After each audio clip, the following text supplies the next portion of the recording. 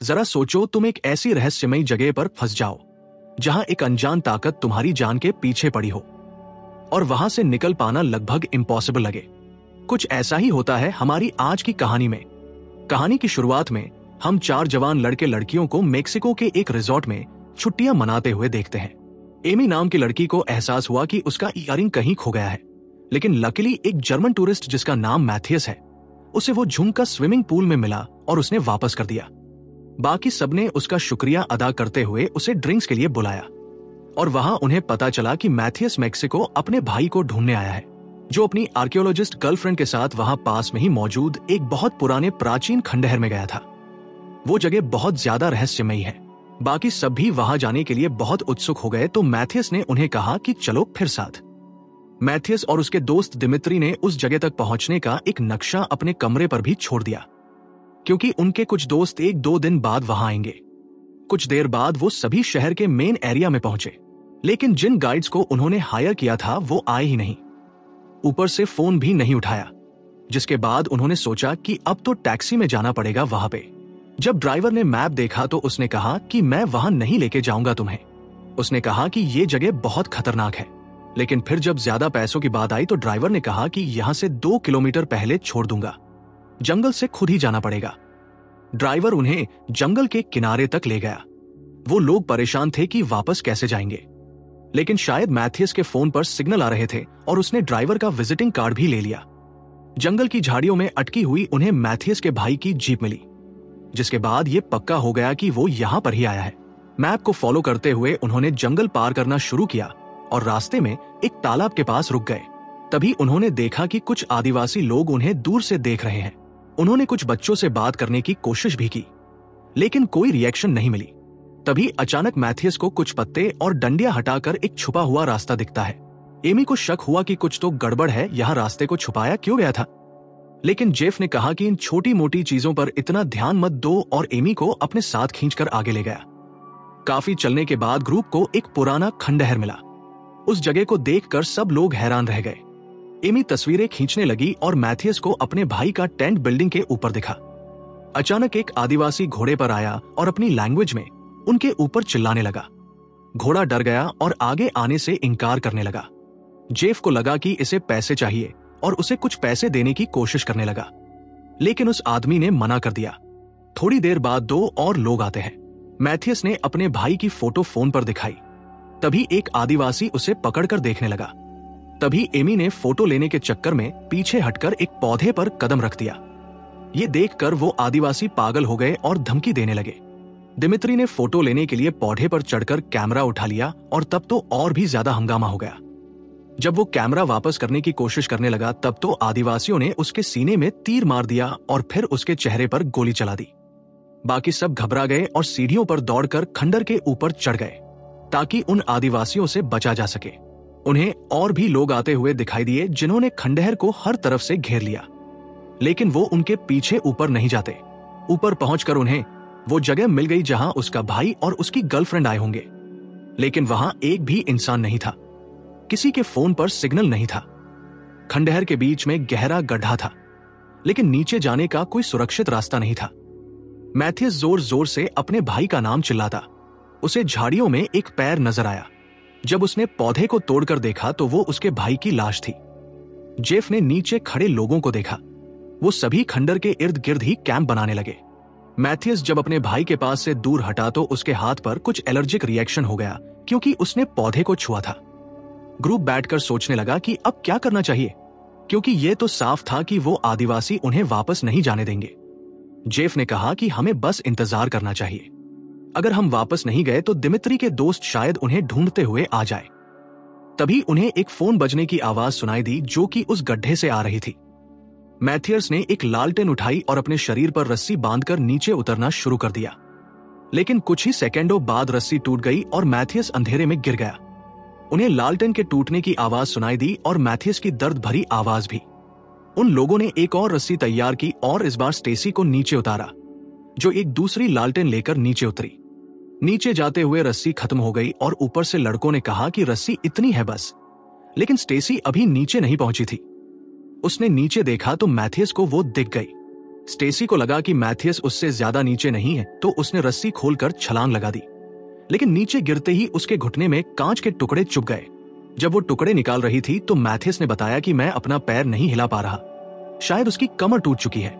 Stacy ने group को चिल्लाकर बताया कि मैथियस की कमर टूट गई है और नीचे बहुत बदबू भी आ रही है, जैसे कुछ गल रहा हो।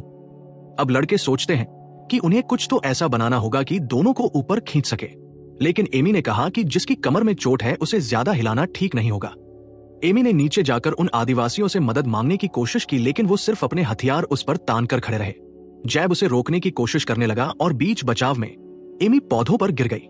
ये देखते ही वो आदिवासी फिर से चिल्लाने लगे। एमी गुस्से में आ गई और कुछ पौधों को उनकी तरफ फेंकने लगी। ज्यादातर लोग उससे बच गए, लेकिन उस पौधों ने एक बच्चे को छू लिया। इसके बाद बड़े लोगों में झगड़ा शुरू हो गया और आखिर में उस बच्चे को गोली मार दी गई। बच्चे की मां चुपचाप देखती रही और एमी सदमे में रो पड़ी, जिसके बाद जेफ उसे वापस ऊपर ले गया। अब वो लोग समझ गए थे कि आदिवासी इस पौधे से डरते हैं, इसी वजह से उन्होंने दिमित्री और बच्चे को मार दिया, और इसी वजह से वो उन्हें छोड़ भी नहीं रहे, क्योंकि अब तो वो सभी यहाँ पर मौजूद पौधों को छू चुके हैं। नीचे गड्ढे में स्टेसी को फिर से फोन की रिंगटोन सुनाई दी। जब वो उन्हें ढूंढने गई तो उसे पता चला कि आवाज इन पौधों से आ रही है जो कि बार बार हिल रहे थे। वो घबरा गई और उन्हें छूने की हिम्मत नहीं करती। जब चारपाई बन गई तो लड़कों ने एमी को नीचे उतारा, लेकिन रस्सी इतनी लंबी नहीं थी कि चारपाई जमीन तक पहुंच सके, इसलिए दोनों लड़कियों ने मिलकर मैथियस को उठाया और स्ट्रेचर पर रखने की कोशिश की। जैसे ही उसका शरीर टेढ़ा हुआ तो मैथियस दर्द से चीखने लगा, लेकिन आखिर में उसे चारपाई पर बांध दिया, जिसके बाद लड़कों ने उसे ऊपर खींच लिया और बाद में दोनों लड़कियों को भी वापस ऊपर ले आए। जेफ एक मेडिकल स्टूडेंट है जिसने मैथियस की चोटों को देखकर कहा कि तुम्हें ज्यादा हिलना नहीं है। मैथियस के भाई के बैग वगैरह देखने पर एमी को जीप की चाबी मिल गई। जेफ को दिमित्री का प्लेन टिकट भी मिला जो कल सुबह का था, और उसे यकीन था कि जब वो वहां नहीं पहुंचेगा तो लोग उसे ढूंढते हुए जरूर आएंगे। स्टेसी के बॉयफ्रेंड एनिक ने एक लैंप को चार्ज किया और जेफ ने मैथियस को कंबल ओढ़ा दिया ताकि वो रात को ठंड से बच सके। जेफ बहुत परेशान था कि कहीं मैथियस को इन्फेक्शन न हो जाए, ऐसा हुआ तो वो मर भी सकता है। रात को ग्रुप टेंट में ही सो गया। अगली सुबह जब जेफ वाइन्स पर पेशाब करने लगा तो उसे कंकाल दिखाई दिया। जब स्टेसी उठी तो वो बहुत ज्यादा घबरा गई, क्योंकि उसके पैर के इर्द गिर्द एक बेल लिपट गई थी। अरिक उसे खींचकर बाहर निकालने लगा और स्टेसी चीख रही थी कि उसे कुछ हिलता हुआ महसूस हो रहा है। अपने अंदर स्टेसी अब बहुत ज्यादा घबरा रही थी, क्योंकि उसके घाव के अंदर भी बेल उग रही थी। वो चीखते हुए अरिक से कहती है कि पूरी निकाल दो इसे। अरिक ने बड़ी मुश्किल से बेल को खींचकर बाहर निकाला, लेकिन स्टेसी चिल्लाती है कि उसे अभी भी अंदर कुछ महसूस हो रहा है। जेफ समझ गया कि पौधे का पोलन उसके कपड़ों और जिस्म पर चिपक चुका है, इसीलिए बेल अब उसके अंदर उगने लगी है। अब तक सब लोग समझ चुके थे कि ये पौधे शापित है, और अगर उन लोगों ने दिमाग से काम नहीं लिया तो वो उनका शिकार कर देंगे। वो आदिवासी इसीलिए उन्हें बाहर जाने नहीं दे रहे ताकि ये पौधा पूरी दुनिया में ना फैल जाए। इसी दौरान मैथियस ने भी कहा कि मेरे साथ कुछ तो गड़बड़ है। एमी ने मैथियस के पैर से कंबल हटाया, जिसे देखकर सब शॉक हो गए। उसके दोनों पैरों को पूरी तरह से बेलों ने जकड़ लिया था। जेफ कहता है कि अगर बैल अंदर तक पहुंच गई तो उसकी जान खतरे में है। जेफ ने तुरंत एमी की मदद की बैल को निकालने में, लेकिन अब उसके पैर पर इतने ज्यादा घाव हो गए थे कि सब साफ करना बहुत मुश्किल हो गया। उसी वक्त गड्ढे के नीचे से फोन बजने की आवाज आई, जिसके बाद एमी और स्टेसी टॉर्च लेकर नीचे उतर गई। फोन की आवाज एक गुफा से आ रही थी, इसीलिए उन्हें मजबूरन बेल पर पैर रखकर आगे बढ़ना पड़ा। टनल के अंदर उन्हें एक आर्कियोलॉजिस्ट जो शायद मैथ्यूज के भाई की गर्लफ्रेंड है, बेल में उलझी हुई मिली। जब उन्होंने उसे घुमाया तो पता चला कि वो मर चुकी थी। उसके हाथ में एक फोन था। लड़कियों ने तुरंत उसे पकड़ लिया, लेकिन देखा कि वो तो पहले ही टूट चुका है। अचानक फिर से रिंगटोन बजने लगी। एमी ने ध्यान से देखा तो समझ आया कि आवाज तो बैल के फूलों से आ रही है, जो वाइब्रेट करके फोन जैसी आवाज निकाल रही है। जब एमी ने उन्हें छूने की कोशिश की तो बैलों ने तुरंत उसका हाथ पकड़ लिया, लेकिन काफी कोशिश के बाद उसने अपना हाथ छुड़ा ही लिया और अचानक से सारी दीवारों पर बैल हिलने लगी और एक लाश को बाहर धकेल दिया। उन बैलों ने उनकी टॉर्चेस भी चुरा ली। दोनों लड़कियां दौड़कर टनल से निकलने की कोशिश करने लगी, लेकिन बैल भी उनके पीछे ही थी। एमी तो बाहर आ गई, लेकिन बैलों ने स्टेसी का पैर पकड़ लिया, जिस वजह से वो गिर गई। बैल उसे खींचने की कोशिश करने लगी, लेकिन एमी वापस दौड़कर आई और अपनी दोस्त को खींचकर बचा लिया। दोनों मिलकर रस्सी तक पहुंची और जल्दी से बाकी सबको आवाज लगाई। तभी लड़कों ने रस्सी खींचना शुरू कर दिया। रस्सी के साथ साथ बेल भी उन तक पहुंचने की कोशिश कर रही थी। लेकिन खुशकिस्मती से दोनों लड़कियां ऊपर पहुंचने में कामयाब हो गई। ऊपर आकर सभी लोग बैठकर डिस्कस करने लगे कि आखिर हुआ क्या और अब आगे क्या करना चाहिए। एरिक ने कहा कि हमें यहां से निकलकर मदद मांगनी होगी, लेकिन जेफ ने याद दिलाया कि वो आदिवासी नीचे खड़े हैं, गोली मार देंगे। जेफ ने कहा कि हम यूएस सिटीजन हैं, कोई ना कोई हमें बचाने जरूर आएगा, हमें सिर्फ तब तक यहां पर जिंदा रहना है। इसके बाद उन्होंने खाना और पानी निकाला। सभी लोगों ने सोच समझकर सिर्फ एक एक बुर्की खाई। जेफ ने थोड़ा पानी मैथियस को भी दिया और देखा कि उसकी हालत बहुत खराब हो गई है। तब उसने सबको बताया कि देखो, अगर इसे बचाना है तो इसका पैर काटना होगा ताकि इन्फेक्शन उसके शरीर में ना फैल जाए। सबके बीच में एक और झगड़ा हुआ, लेकिन मैथियस ने खुद कहा कि काट दो इन्हें। जब लड़कियां टेंट में इंतजार कर रही थी तो जेफ ने मैथियस को शराब पिलाई और उसके मुंह में एक बेल्ट डाल दी ताकि वो दर्द होने पर उसे काट सके। एरिक ने उसके पैर को पकड़कर दबाया और जेफ ने एक पत्थर गर्म करके उसकी टांग तोड़ दी और आखिरकार उसके पास जो था उससे सर्जरी कर दी। मैथियस चीखने चिल्लाने लगा और एरिक को ऊपर वाले जिस्म को दबाना पड़ा। फिर जेफ ने गर्म आयरन पैन से उसके घाव को जलाकर बंद कर दिया। मैथियस की चीखों की आवाज सुनकर लड़कियां टेंट से बाहर निकल आई और जेफ पर चिल्लाने लगी क्योंकि उसने वादा किया था कि वो कर लेगा, इतनी ज्यादा दिक्कत नहीं होगी। तभी वो बेले उसके कटे हुए पैर खींच कर ले गई। उनका डाउट भी खत्म हो गया कि ये पौधा नॉर्मल तो नहीं है, मांसाहारी पौधा है, मीट खाता है। उस रात जेफ फिर से सीढ़ियों उतरकर नीचे गया, लेकिन वो आदिवासी अभी भी खंडहर के इर्द गिर्द घूम रहे थे। टेंट के अंदर स्टेसी लगातार रोती रही, जबकि बाहर एमी और एरिक बैठकर बातें करने लगे। जल्द ही एमी भी एरिक के कंधे पर अपना सर रखकर रोने लगी। एरिक उसे संभालने लगा और एमी की रोती हुई आवाज सुनकर स्टेसी बाहर निकली और उसे लगा कि एमी उसके बॉयफ्रेंड को पटाने की कोशिश कर रही है। फिर उनके बीच में नई बहस शुरू हो गई। सब इसी बात में उलझे हुए थे। किसी का ध्यान ही नहीं गया कि बेल धीरे धीरे मैथियस तक पहुंच रही थी। उस बेल ने मैथियस के मुंह के अंदर घुसकर उसे मार डाला। जब जेफ को यह पता चला तो वो भैल को खींचने की कोशिश करने लगा। तब तक बहुत देर हो चुकी थी और मैथियस मारा गया। ये देखकर स्टेसी घबरा गई और उसने कहा कि ये भैल मेरे अंदर भी है, मुझे भी मार देगी। वो छुरी पकड़कर देखने लगी कि कहीं मेरे अंदर बेल तो नहीं उग रही, लेकिन एरिक उसे रोक लेता है कि कहीं वो कुछ गलत ना कर बैठे। लेकिन स्टेसी ने गुस्से में चीख कर एरिक को दूर कर दिया। अचानक सबको आवाज सुनाई दी। बैल के खूल स्टेसी की आवाज को कॉपी कर रहे थे, उसकी बोली हुई लाइन को उसी की टोन में रिपीट कर रहे थे। अगली सुबह जेफ और एमी ने देखा कि वो आदिवासी खंडहर के इर्द गिर्द जमीन पर नमक डाल रहे होते ताकि बैल को उसी एरिया तक सीमित रखा जा सके। जेफ ने बताया कि ये पौधा बहुत पुराना है क्योंकि आसपास कोई जानवर भी नहीं आता। उसी वक्त एरिक ने टेंट से बाहर आकर कहा कि स्टेसी के साथ कुछ दिक्कत है। जब उन्होंने उसे देखा तो समझ गए कि उसकी खाल के अंदर बेल हिल रही है और वो चाहती है कि उसे निकाल दिया जाए। स्टेसी ने कहा कि कुछ भी करो लेकिन इसे बाहर निकालो।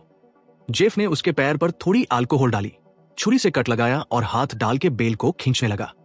स्टेसी को बहुत दर्द हो रहा था, लेकिन फिर भी उसने कहा कि ये काम जारी रखो, इस बेल को बाहर निकालो मेरे अंदर से। जेफ ने उसकी पीठ पर भी कट लगा के बेल को बाहर निकाला। जख्म बंद करने के बाद ग्रुप ने अपना आखिरी खाना खाया। स्टेसी अभी भी पूरी तरह होश में नहीं थी, पर कह रही थी कि अभी भी मेरे अंदर वो बेल है। सब उसे रोकने लगे कि कहीं वो खुद कट मार के उसे निकालने की कोशिश ना करे। एमी ने उसे पानी की बोतल दी। जब स्टेसी पानी पीने लगी तो सबकी नजर उसके माथे पर पड़ी। साफ दिख रहा था कि उसके अंदर भी बेल हिल रही है। उनके रिएक्शन देखकर स्टेसी समझ जाती है कि कुछ तो गड़बड़ है। एरिक ने कहा कि कोई उन्हें बचाने यहाँ नहीं आएगा, उन्हें खुद ही रात के अंधेरे का फायदा उठाकर यहाँ से निकलना होगा। बाद में जब सभी लोग कुछ देर के लिए सो रहे थे तो स्टेसी को एक आवाज सुनाई दी। वो डेंट से बाहर निकली, हाथ में एक छुरी लेकर उसे वो खूल अपनी आवाज दोहराते हुए सुनाई देते हैं। कुछ देर बाद जब सब लोग बाहर आए तो उस स्टेसी को देखकर हक्के बक्के रह गए। उसके शरीर में कई जगह से खून बह रहा था। उसका दिमाग पूरी तरह से खराब हो चुका था। वो बस बेल को बाहर निकालना चाहती थी। जब जेफ ने उसे रोकने की कोशिश की तो उसने उसके हाथ में छुरी मार दी। फिर एरिक उसे रोकता है, लेकिन स्टेसी ने गुस्से में गलती से उसके सीने में छुरा घोंप दिया। एरिक तुरंत गिरकर मर गया और ये सब देखकर स्टेसी पूरी तरह से टूट गई। कुछ ही पलों बाद वो बेल एरिक की लाश को पैरों से खींच कर ले गई।